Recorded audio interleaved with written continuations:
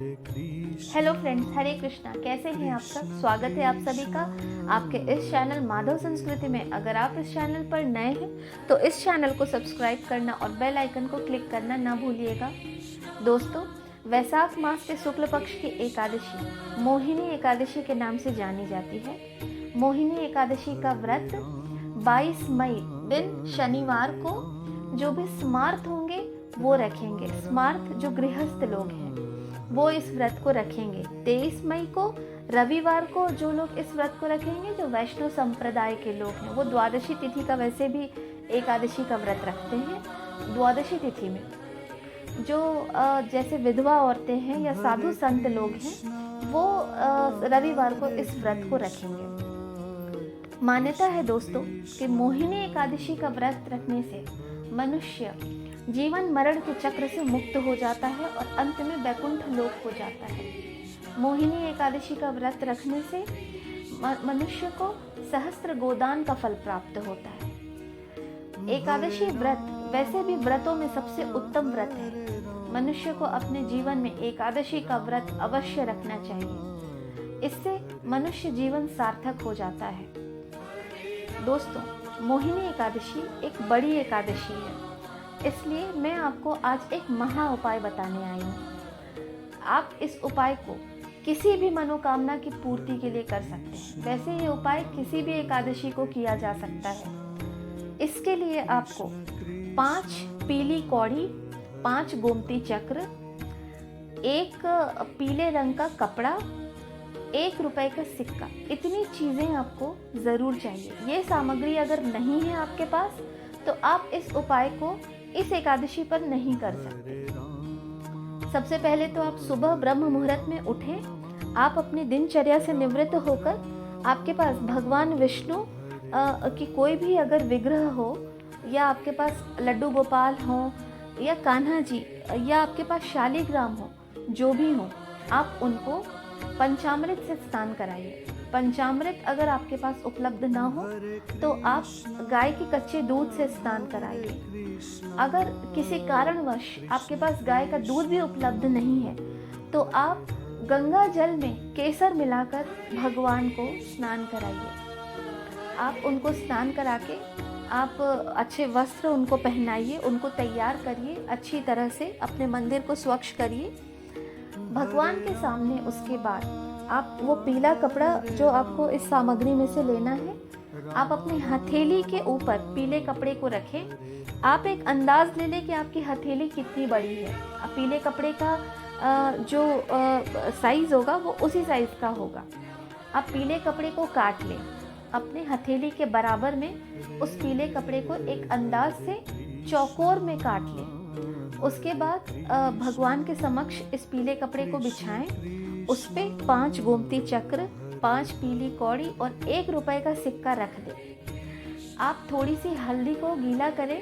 फिर एक एक सामग्री पर, मतलब ये चीज़ सब मिलाकर कुल मिलाकर हो गई 11। आप 11 एक बार आप बोलते हुए एक एक सामग्री पर ओम नमो भगवते वासुदेवाय बोले या महामंत्र बोले।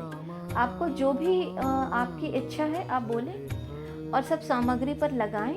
हल्दी को धूप दीप दिखाएं, भगवान के समक्ष छोड़ दें। उसके बाद आप अपनी मनोकामना भगवान को बोलें। जब आप मनोकामना बोल लेंगे तब उसको उठाएं, उस कपड़े को, उसकी पोटली बना लें। आप पोटली का मुख कलावे से बांध लें और आप उस समय भी आप मंत्र का जप करते रहे मन ही मन। उसके बाद भगवान के चरणों में उस पोटली को छोड़ दें। फिर आप वहीं बैठकर तुलसी की माला से एक माला, आपको जो भी मंत्र आता हो, महामंत्र पढ़ लें या ओम नमो भगवते वासुदेवाय ही कर लें। ओम नमो नारायणाय नमः का भी जप कर सकते हैं। आप ये जप कर लें 108 बार और भगवान से आप विनती करें। आप हाथ जोड़कर, भगवान सब कुछ देने वाले हैं। आप ऐसी मनोकामना भगवान के समक्ष रखें जो आपको पता है कि ये हो सकता है कि ग्रह कुछ खराब होते हैं मनुष्य जातक की कुंडली में, अपने कर्म कभी कुछ ऐसे किए होते हैं जिस वजह से ऐसी कभी कभी होती है कि बहुत छोटी चीज़ जो हमें लगती है कि अरे ये तो बड़ी आसानी से मिल सकती थी, लेकिन कुछ ऐसे विघ्न आ रहे हैं जो हमें नहीं मिल रहा है।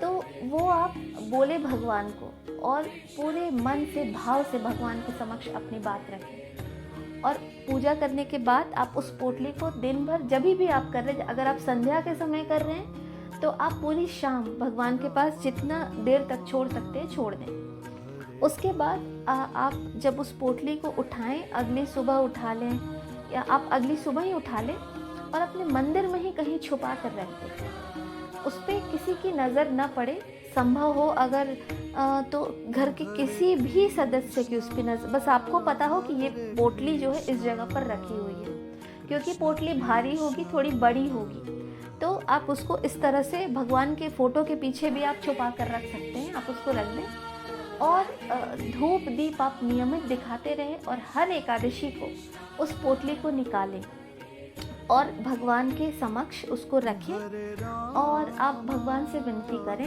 एक माला का जप करें और भगवान से अपनी मनोकामना बोलें। एक चीज़ मैं बताना भूल गई, आप जब पहले दिन मतलब मोहिनी एकादशी के दिन आप जब ये भगवान से अपनी मनोकामना बोलेंगे और पोटली बनाएंगे तो आप ये संकल्प लीजिएगा कि प्रभु ये मैं आपके समक्ष 1 साल के लिए अगली मोहिनी एकादशी तक के लिए रख रहा हूँ या रख रही हूँ।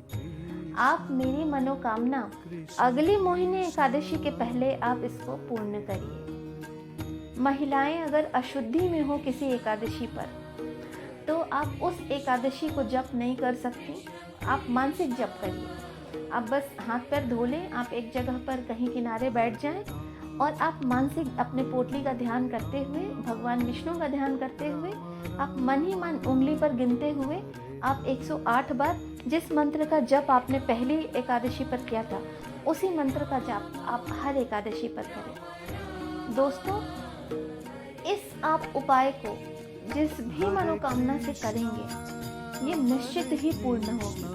अगली एकादशी के पहले, मोहिनी एकादशी के पहले या जिस भी एकादशी को आप ये उपाय करेंगे उसके साल भर के अंदर आपकी मनोकामना निश्चित पूर्ण होगी। ये मेरा आजमाया हुआ उपाय है, आप इसको करके देखें और बस अपनी भावना आप सच्ची रखें और आप कोई भी उपाय आपको तभी वो फल देते हैं जब आपको विश्वास हो। आप पूरे विश्वास के साथ जब तक कोई कार्य नहीं करेंगे तब तक आपको उसका फल प्राप्त नहीं होगा। आप ये उपाय करें और मुझे बताएं। कोई भी परेशानी हो आप मुझसे कमेंट बॉक्स पे लिख के आप मुझसे पूछ सकते हैं। दोस्तों, अगर आप चाहते हैं कि मैं किसी विषय पर कोई वीडियो बनाऊं तो कृपया मुझे बताइए, मैं उस विषय पर वीडियो बनाना चाहूँगी। उम्मीद करती हूँ दोस्तों आज का ये वीडियो आपको पसंद आया होगा। अगर आज का ये वीडियो आपको पसंद आया हो तो कृपया मुझे इस वीडियो को आप लाइक और शेयर करें। आप अपने फैमिली और फ्रेंड्स के साथ शेयर करें जिससे उनको भी इस एकादशी का फ़ायदा हो सके, वो भी लाभ उठा सके इस उपाय का। आप मेरे वीडियोस को देखते रहें, आपका प्यार मेरे लिए बहुत सराहनीय है। आप कृपया मेरे इस चैनल को सब्सक्राइब करें और बेल आइकन को क्लिक करें। मेरे अगले वीडियो तक हरे कृष्णा दोस्तों, बाय।